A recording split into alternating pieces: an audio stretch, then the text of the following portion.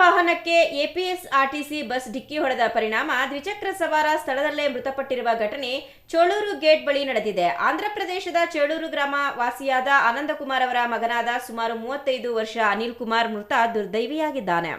ಇವರು ವೃತ್ತಿಯಲ್ಲಿ ಮೆಕ್ಯಾನಿಕ್ ಆಗಿ ಕಾರ್ಯನಿರ್ವಹಿಸುತ್ತಿದ್ದು, ಈತನ ತಂಗಿ ಹಿಂದೂಪುರ ಆಸ್ಪತ್ರೆಯಲ್ಲಿ ಇರುವುದರಿಂದ ಆಕೆಯನ್ನ ನೋಡಿಕೊಂಡು ಬರಲು ತನ್ನ ದ್ವಿಚಕ್ರ ವಾಹನದಲ್ಲಿ ತೆರಳುತ್ತಿದ್ದ ವೇಳೆ ಬೆಂಗಳೂರಿನಿಂದ ಹಿಂದೂಪುರ ಕಡೆ ವೇಗವಾಗಿ ಚಲಿಸುತ್ತಿದ್ದ ಆಂಧ್ರಪ್ರದೇಶದ ಸರ್ಕಾರಿ ಬಸ್ ಚೇಳೂರು ಗೇಟ್ ಬಳಿ ಇರುವ ಢಾಬಾ ಮುಂದೆ ಹೋಗುತ್ತಿದೆ ದ್ವಿಚಕ್ರ ವಾಹನಕ್ಕೆ ಡಿಕ್ಕಿ ಹೊಡೆದಿದೆ. ಈ ಅಪಘಾತದಲ್ಲಿ ಗಂಭೀರವಾಗಿ ಗಾಯಗೊಂಡಿದ್ದ ಅನಿಲ್ ಕುಮಾರ್ ಸ್ಥಳದಲ್ಲೇ ಮೃತಪಟ್ಟಿದ್ದಾನೆ.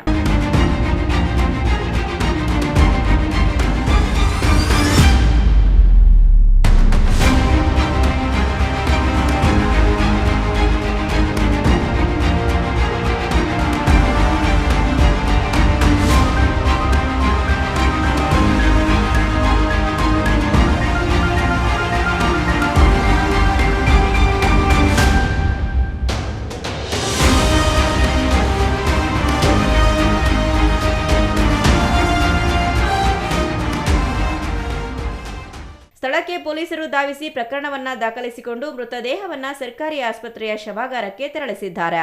Manjunath, CTV news, Gauribidanur.